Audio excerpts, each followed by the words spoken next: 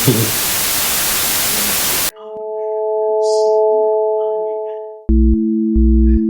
feel like I'm doing something that I'm not qualified to do. You've been doing it on your own, so just for yourself you are qualified. And what is that? Oh, that's the one I bought. Well, all of this you bought, except that. Yesterday I forgot. So tell me what you're doing. Just say, I'm padding. I'm patting the, what is it called? Yeah. The under eyes? Oh, the eye brightener. That's what it is. The eye brightener by Illuminance Milano.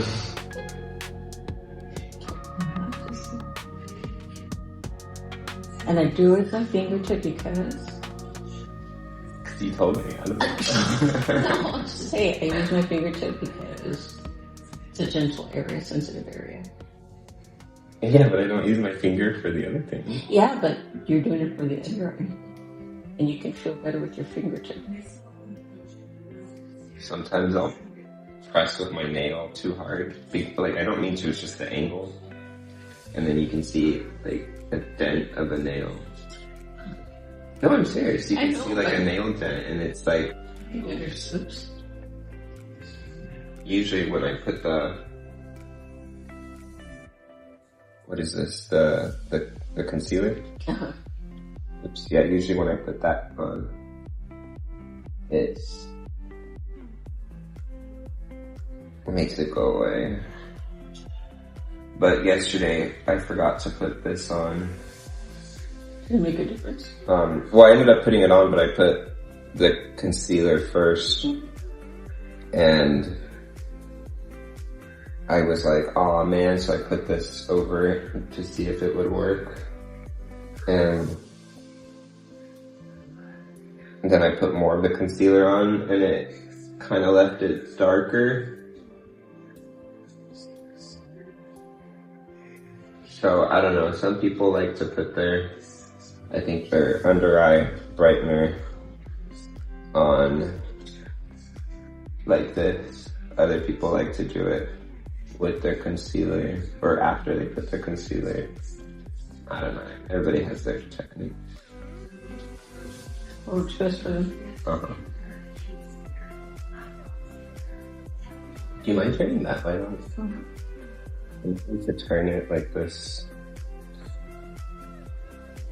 Thank you.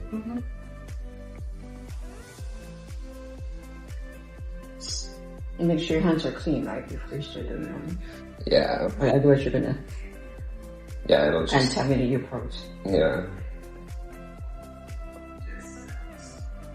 But our body heat melts it, so it applies smoothly. Like, I think if you applied this with any of those, I don't think it would go on as smoothly, and I think that you would waste the product. Like, I think the Beauty Blender would just absorb most of it. Probably. And it wouldn't stay on your skin. Okay, now you're ready to use. Well, usually I do this in front of a sink. Oops. And I learned with this just to do one swipe at a time. Like, I would see some girls, they would go like, but I noticed when I started doing that, it would get really cakey. And I also, because I noticed that it was a little darker under my eye yesterday, I cleaned this brush. What do you clean it with? Just alcohol. Okay.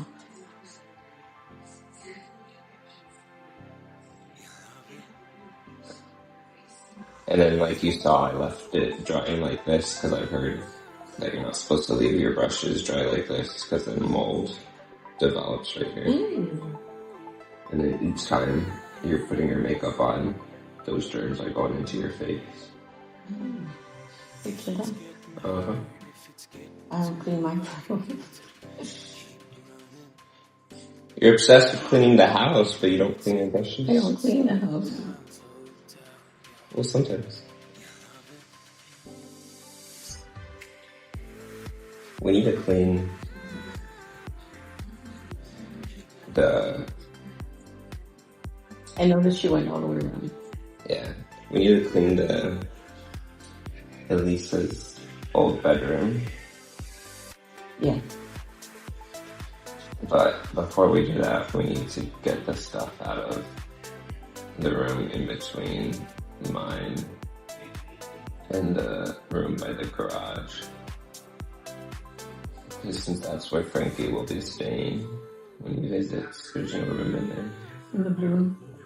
Yeah. So you are doing it with the brush? Okay. Okay. You don't use a brush for this? Yeah. Oh. Have to. Otherwise it doesn't blend in. But see, you taught me now about the luminous. Yeah. I can't help but like... I know, and that's why they say, why do girls always do that? Apparently it's not just a girl thing, it's just a human reflex. Like, if something goes near your eye, you want to open your mouth. It's kind of like when doctors are doing the physicals and they're like, bend over and cough. Like, if you cough, then down there moves. Oh, okay. And if it doesn't move, then something's off. So I guess if I was like this and I wasn't going like, then something would be really off. It's true, they were talking about when babies fall down and fall on their heads are so heavy. Oh.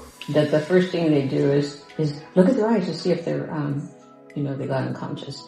And the lady goes, don't bother looking at the eyes. He goes, look at their whole tone. If they're moving and they're crying and screaming and all that, he goes, chances are they're good. If they're just limp, then even past the eyes, it'll tell you need to go to the doctor.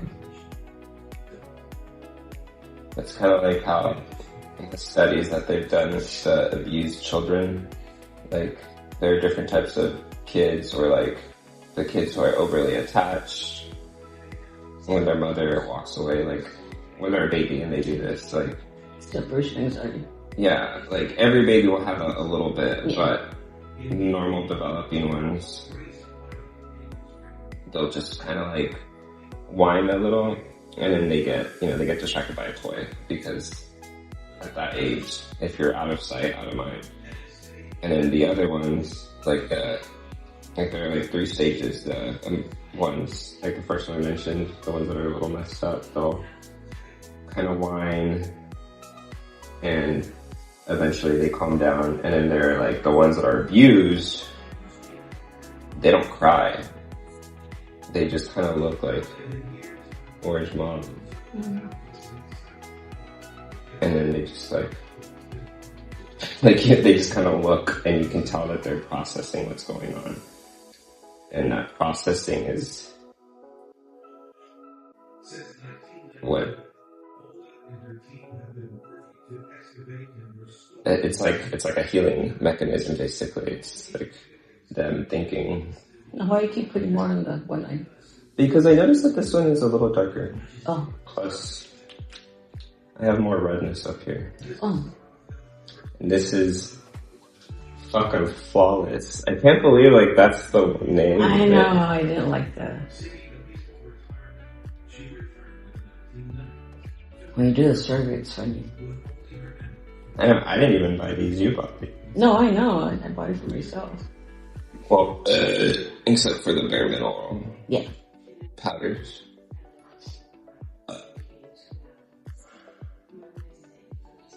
I think I take the longest with the concealer. And I know that usually people just kind of put it like on one area. Mm-hmm. But I noticed you went ahead and worked it all the way around it. Yeah, like I move it and try to make sure, because this is going to be mixed with other stuff. So right now I'm kind of making myself a mask, right? Like it kind of looks like the Hamburglar, right? Do you know what the Hamburglar is? Mm-hmm. A little black guy with a mask on. Yeah.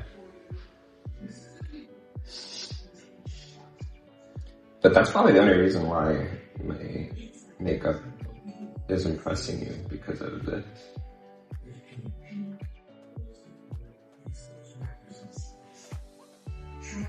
And I don't know if I've ever seen anybody put concealer on their top of the eye, because I think women usually want to put eyeshadow there to create like dimension. But since I'm not doing that, I don't know, I think it looks clean. I'm just trying to create like an even look. I need to like...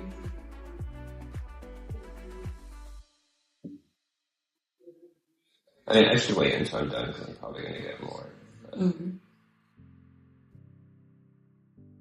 Let's see, I've already probably spent more time than you spent on your makeup. Yeah. Taking myself 15 minutes increments, especially when I go out. 15 minutes to curl my hair, 15 minutes to get dressed, 15 minutes to put on my makeup, and 15 minutes to get my hat and other jewelry. Well, that's why being this pretty is like a full-time job. It really is. Like, yeah. You have to eat right, you have to exercise, you have to love yourself, importantly. Like, there are tons of people who look good, but they don't love themselves. And I think that it's evident when you see all the plastic surgery people have done. Because it's okay to do those things, but if you're completely changing who you are over and over and over and over again, at some point you can't just say, oh, I wanted to tweak a little bit. It's like, no, you tweak everything. Like something about you was looking in that mirror and could not stand looking back. Like part of me is thinking like those little sunspots I told you. I was like, did I always have those? Or am I just like looking at myself so discreetly, or like not discreetly, I'm like inspecting myself over and over and over again, that the things I once thought were discreet are now And I just used one drug for the whole face. Oh no.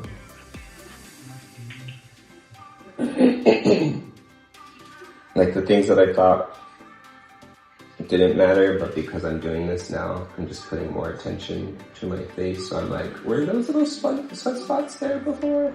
Yeah, you pop up all of a sudden. Like, You're not gonna be like grandma and dad. They have those things that pop up. They're lighter skinned, and so we have sunspots, but they get actually where they pop up. So dad has them frozen, but you can still see the scars. You know, in the Bible, Laban, was it Jacob's uncle? The one who had Rachel and Leah? I'm reading right now about up to Noah. It's Jacob who married Rachel and Leah, right? Yeah. So yeah, Israel. Yeah, his uncle was Laban, and it's connected to leprosy, but it's not like the root word, not him himself, but the color. Mm-hmm. The word Laban means white, and like the white color, but the word leper goes back to like the making of white. So when we read the leprosy in the Bible, yeah, people can have that condition, but what was it? It was, I forget whose wife in the Bible. I mean, it may have happened multiple times, but it was one of those patriarchs in the Torah that it says his wife became a leper, or became leprous. And basically, if you look at the root words, like I know Moses' wife, I think was, but I'm not referring to her, a different one. And basically what it's meaning is like their whole skin started to turn white, like Michael Jackson. I know when Moses went up to get the 10 Commandments, and his brother and sister, Aaron and I forget her name, they went in and did the calf. Was it them, or was it when they were already in the desert and they lied? And I remember the Bible saying that one of them turned white, leprous. I think it was Aaron's sister, Noah's sister. And then they healed her for the way they had sinned. Well, basically what it is it's like nowadays, like a goth person who has like white skin and black hair, that represents leprosy in terms of what the Bible depicted, because there were like, even in Sumeria, the oldest part of civilization, and Sumer stands for, like, it means, like, the people themselves refer to themselves as the black-haired people, but the word leper also was from that area. So there were some people who had dark hair and then white skin, kind of like Asians or goth people. You don't go all the way to the end? Huh? You don't go all the way to the end? Well, no, because I have hair right here. No, you're right here. I mean, I still have a little bit of hair right there. Okay. You'll see what I do after, but like, I can tell already that I've gotten some paint on some of my hairs. Oh, okay. Or some makeup. But I'll use the beauty blender right now. And I'll take it off, like right there, there's excess makeup, right there, there's excess makeup. I can just see that there's like I can just tell that there's this on parts of my hair that weren't there. So I don't know, when you use this, are you going like, or what? Like this. You're not patting it like this? No, that's why I'm seeing that now, patting, I'm thinking, that's what I need to do. Yeah, I mean, some painters, when they're literally painting a painting, they'll go like this to outline things, but a lot of the times when they're doing little brush strokes, they're going like that. The only times they actually do this is like if they really need to define something, but then they go like, and that's what I think this is, it's paint, but for your face. No, I have something to ask you.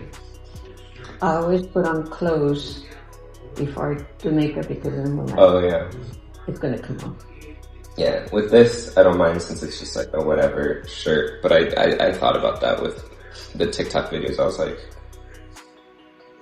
do I want to put something over this? Am I okay recording in this really quickly? Like, I'll figure it out. It's fine. Today's the 28th anyway, and I'm gonna curate my TikTok videos. Just curate me.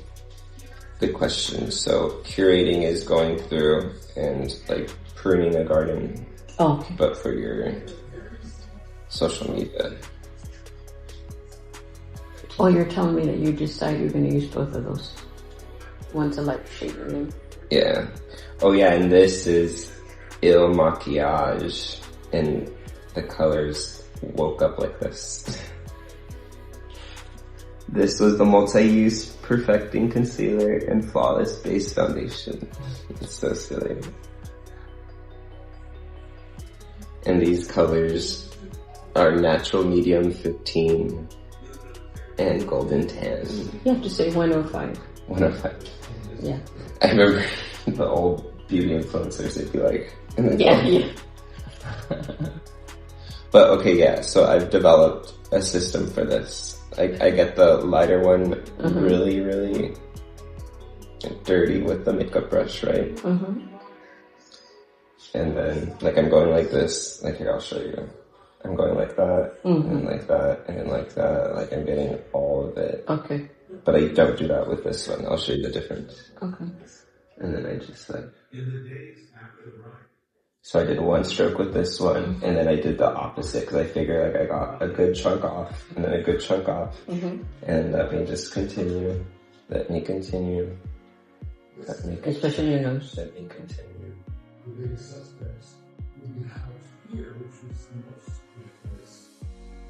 Or like when I do this, I know that I'm already getting hair on those, or makeup on those hairs. So the only one that I like went was with this, right? Like, but you see that I'm doing this. And this might just be like, rather than makeup videos, because a lot of makeup videos on YouTube, those tutorials are good, but they fast forward past. Like, I don't really watch them obviously, but I've seen them. And a lot of the times, I think what they're doing is, it's kind of like mukbang videos, where mukbang is when they eat, but they like pig out. A lot of the times, the people, they'll eat and then just, they spit into a bucket. And they edit out them spitting so that you don't see that. So it looks like they're eating everything. But it's like fake. They're not actually eating all that. They're taking bites, but they're just spitting it out. And that's kind of like what I think makeup gurus will do. They'll be doing the makeup, but then they edit what they're actually doing. So you'll see them start to draw their eyeliner, and then their eyeliner's finished. Does that make sense? I've seen that. And then this one, since this one's the darker one, I only tap it like this. I'm not going like that. Okay. And that's because... You'll see.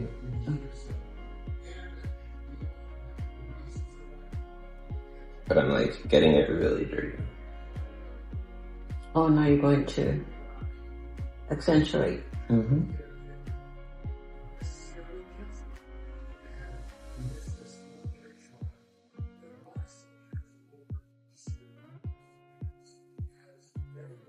And thank God, genetically, you have high cheekbones. Yeah. Yeah, I'm not really like... Tell the camera, I have high cheekbones.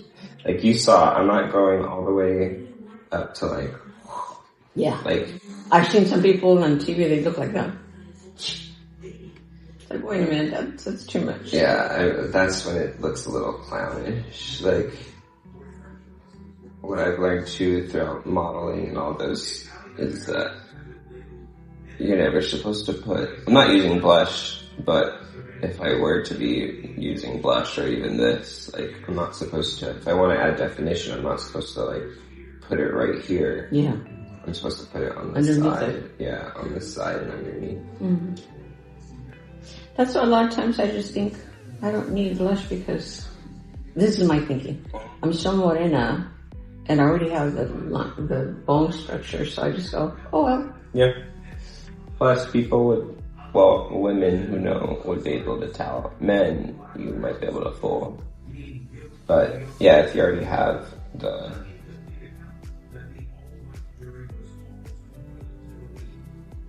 But my face is reddish. Yeah. Well, if you already have the bone structure, it's fine. Yeah.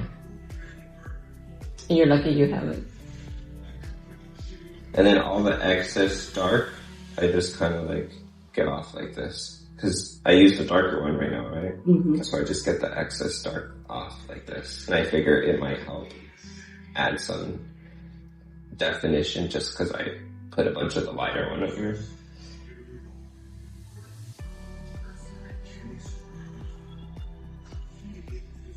Well, it would be interesting tomorrow. I have to give myself extra time. Well, it's like, as much as I talk about how it's terrible to be materialistic, I understand we live in a 3D material world, at least from what we see, and there is truth to if you look your best, you feel your best. Mm-hmm. And I think it'd be different if I was doing this all the time, right? Like if I was, even though this isn't like a full-on makeup, I think it's healthy to acknowledge that makeup can be fun, makeup can be beneficial, but it's like anybody who's putting themselves on camera should wear makeup. That's just the way it is. Yeah, I think that's just the way it is. But because everybody has a camera in their phone now, that doesn't mean every time you pull your camera out, you should have makeup. I remember when Frankie was born, and he turned a year old. And we were watching Dad play softball.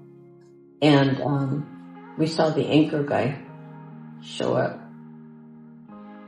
And he was doing a little thing like, okay, you know, the weather and whatever there with the thing behind us. And I looked at his face and I was like, oh my gosh. And they told me, well, he's got to wear makeup. And I was just like, oh my gosh, that is like incredible. Well, especially when you have bright lights on you. Yeah. But it was already nighttime, and so the park lights were on, but he still looked really ghoulish. Not ghoulish. I wasn't talking about it. He just stood out. Uncanny. He probably looked uncanny. Yeah, you could tell he had on all this makeup. I was like, ugh. Okay, now you're done? That's why Uncanny Valley is such a big term right now, because... Oh, that is... I don't use that. That's called a bronzer? Well, it's like... I would call it a highlighter. Oh. But it's Chanel's Solar Glow multi-use stick. Oh. I don't think they're trying to limit it to a highlighter, because like, what'd you call it? Bronzer. Yeah, so like... It accentuates the certain features of your body. Mm-hmm. Of your face. Right now I have an itch to go like this. It's like scratching, and I want to, but it like, now I understand. I'm gonna put makeup on this part right now, so maybe it won't. Like you see, I just made a line in there. Mm-hmm. But it itches. This part is tricky because, like, I put this right here, and you're gonna. Your nose. Well, yeah, but what I'm gonna do is, I'm gonna go like this. But I noticed, like, when I go like that, it scrunches the makeup right there. There are makeups you can get for like, I don't know if that would be considered frown line, but like.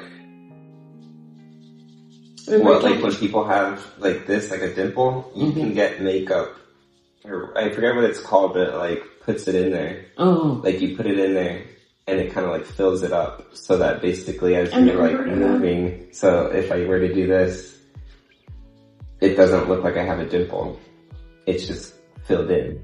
And I could do that for this too, but I'm not... I don't have it, but I also don't think that like, I'm not trying to present that image. I mean, I could try getting that, but I think it's usually like my friend who showed me that, they're a drag queen, and so for them, since they have like a full-on show, so they're sweating, they're, like it makes sense the way some of that makeup is made. It's like, you want to be able to sweat in it, you want to be able to dance in it, you want to be able to move around. But then you want it to look natural too. So for something like that, like when the makeup isn't doing what they want, they add that in. It's kind of like the pore filler, you know, or what's this one called? Oops. Oh, the, I forget what it's called. Poreless Base Smoothing Primer. Oh, primer. Yeah, no filter is what it's called. All the colors. Okay, now obvious. Why just tip of your nose? Because I saw online that it said to do that. Oh, okay. Like, I'm sure all the other makeup artists that I've viewed, they probably put that done that, like when I've been working with them or when they did it on me, but I never noticed, like I know we have our T-zone. And so what I'm doing with this now is I'm going over with the darker one, but very lightly. Cause I just, I smushed it all around my nose, right? But I've like made it blend in. And then I've noticed that if I do too much, then the outline of my nose just looks weird. Now see, you have a nice straight nose where I have that little thingy right here. So what I do is I put in the concealer under my eyes and then over here the tip of it. I don't know why you're doing that though, because women want that nose that goes like, so you should try not doing that because I think you're flattening your nose. What I do is I put it here, like down, and then I put it here. Turn to the side? Yeah, like there's nothing wrong with your nose. So like, I mean, if that's what makes you feel comfortable, then it's just that my mother, she got older, she, got bigger. It's like people with their ears. I think the more you touch it says, they say that it doesn't grow, that your skin is pulling back. So it makes it stand out some more. But I have a feeling that people that mess with their noses a lot and their ears, I think it makes them grow bigger. I could see that if you're constantly doing it. So like all the excess that was on here, I'm just kind of like putting it up here now. Okay. And kind of blending whatever that was in up there. But. So how are you going to take off the makeup off the hair? You said you're going to take it off. What do you mean? I thought you said you had some makeup on hair and you were going to take it off. Oh yeah. Oh. I go like this. Oh, okay. But I need it like a little more wet.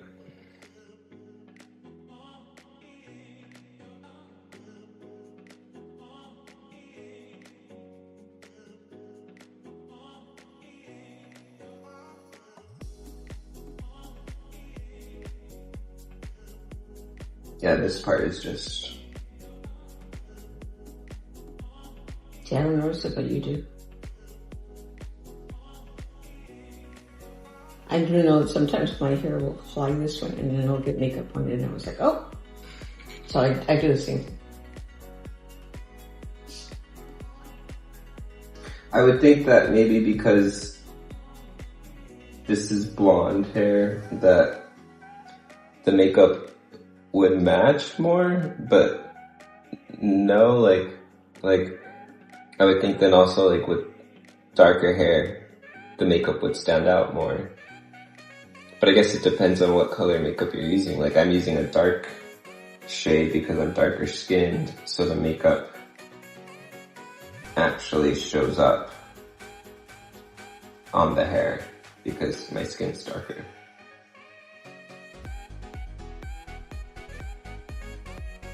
Does that make sense? Mm-hmm.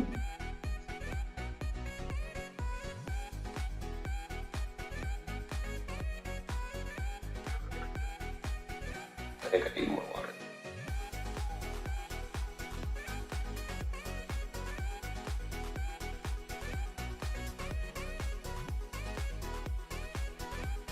But it makes sense why, like, when you think about it, all those old Hollywood types, like, whether it was Audrey Hepburn, I think she's a great example because she was pretty, but there wasn't anything spectacular about her face. All of it was drawn on. Really? Well, yeah, she had like this subtle eyeliner, like the cat eyeliner that became popular through her. Think about it, like, wasn't that kind of her look? I just thought it was very natural. Well, yeah, they made her look natural. I mean, she was pretty, obviously, but I think that was her thing, is she was like relatable. She wasn't over the top, stunningly gorgeous, like who was the one with like the violet eyes and the double layer of eyelashes? Oh, Elizabeth Taylor? Yeah, Elizabeth Taylor. Yeah, like her, like she was beautiful, but women couldn't relate to her. Women could relate to Audrey Hepburn. And so they achieved that through different looks. Because they're like, okay, we're just gonna give her a simple look and then eyeliner, right? Because if we do anything else, it's gonna be too much. She's a tiny person. Mm-hmm. But now, like, some people, in order to succeed, because they're beautiful, they sound great, but they have no confidence, they don't know how to market themselves, and they can't do any makeup. So like, they might have all these followers or even all these hundreds of thousands or even millions of dollars, but they have a team orchestrating it. It's not natural. And I think that's why people right now in this transition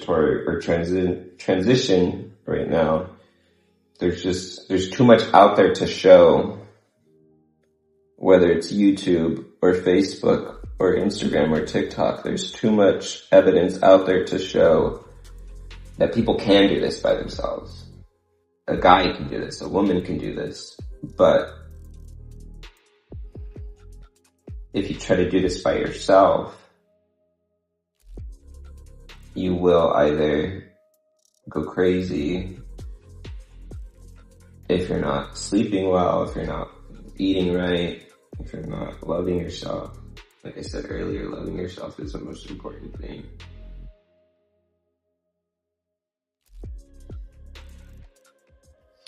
Like one of the women that I used to work at that salon, at Melissa's salon, she had made an Instagram post, I remember, and it was about her and her daughter using makeup. And she was saying that she explains to her daughter that makeup is for fun.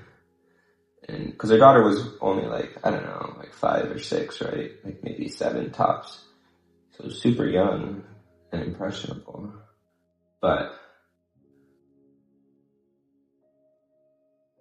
it was good. I like when women or anybody raises their children like that, because if you raise your child from an early age that makeup is what makes them, they will think that.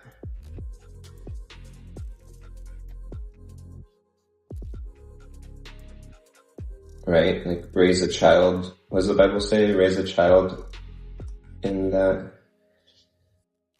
in whatever, in like, in those ways, and that's what they'll be for the rest of their life. And those things. This is just cause I'm like, okay, I think I could maybe use a little bit more. But sometimes I get it on the first try.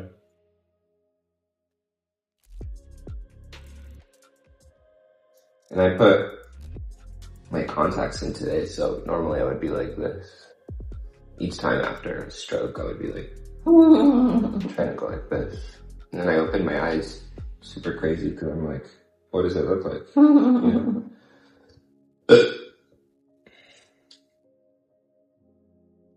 But thank you for these. I'm going to look at that one spray that's supposed to set everything in place.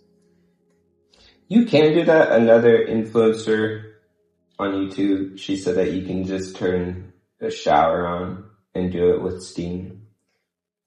Like shows, like if you're gonna do your makeup and then take a shower, that would do the same thing. Because basically what those sprays are supposed to do are supposed to like wet it, like quickly melt it and then let it dry.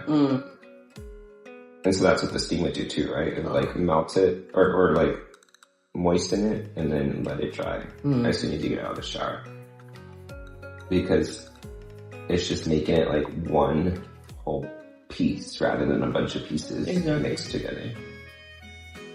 At least that's the theory. Because I get so hot all the time, I would be more frustrated than many times when I come home though, my makeup's like, where is it? I guess because when that time I met your dad, I didn't wear makeup. I was in high school. Yeah. And I only started wearing makeup like 4 years later after graduating from high school. And let's see, the new thing now is women are like, you can't let me see you without makeup on. Or like, I'm speaking for myself, but a woman would think like, I can't let you see me without my makeup on until we're officially together. That's basically like the theory. How often do you trim your beard? When it starts to look a little overgrown. So maybe today or tomorrow. Yeah, because that one right here keeps growing. Yeah. I mean, like, wants to go its own way. Right there, yeah. Yeah, these I want long though. Like, oh, you do? Yeah. I'm no, trying but to these get them. These right here. Oh yeah. Well, I think the thing. Oh, really quick before you go. I think the thing that I did wrong. You did what? Well, no, not with this. This looks great. Oh. But with some women in my life is I would see, and I didn't do anything wrong, it was them. But since I would be working with them creatively, for example, the one that I won't name because we're being recorded, but they live right across. Yeah. like her, she couldn't play those games because I had seen her without makeup. I had seen her get done up. I had even clothed her.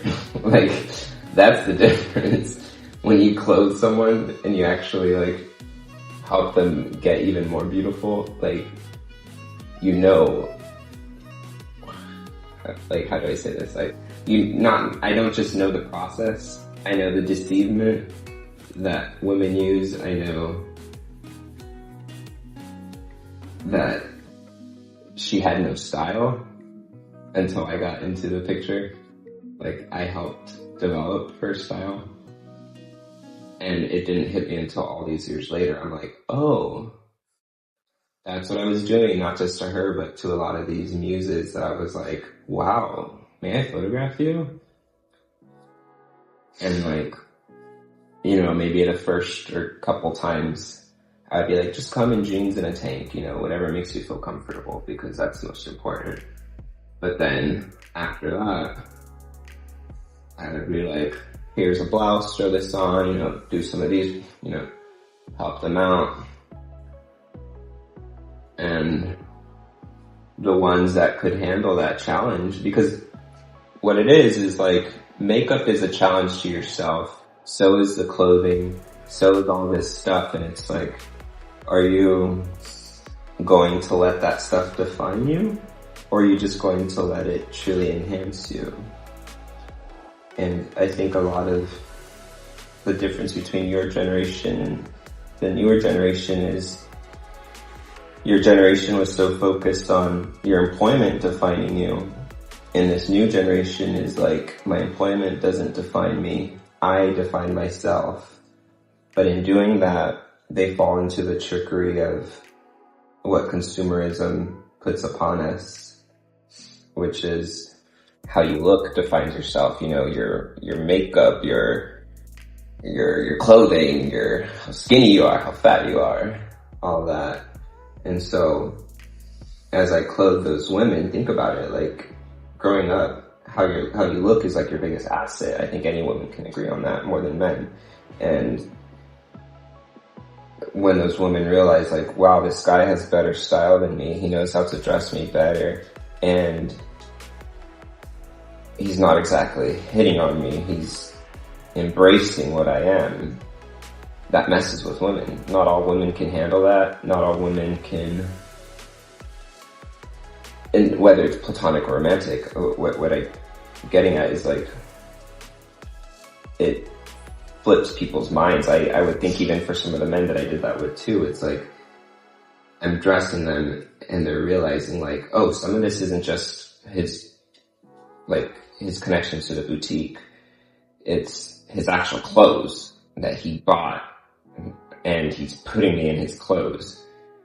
And for some of those people, they're like, oh yeah, that's my style. Like, I like that.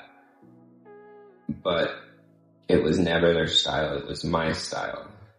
Does that make sense? Mm-hmm. So as they go forward, they have to face the challenge of, is that me or was that Caleb?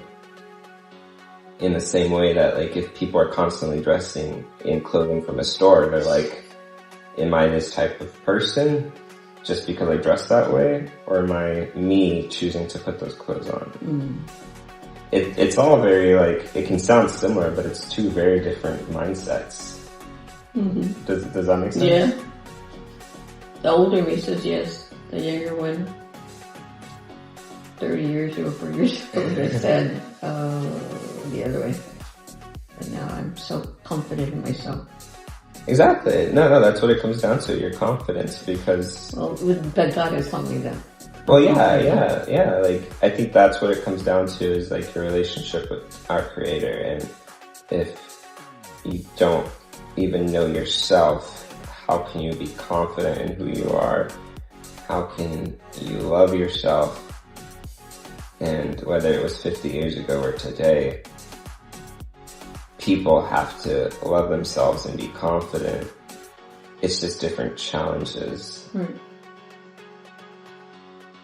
I don't know. It's like, would I have rather lived 50 years ago? I don't know, because I don't think we would have all this, right? Like, you experienced that. But at the same time, with all this, there's just a lot more temptation. It's not even like temptation as in sin, but it's like temptation to not love yourself.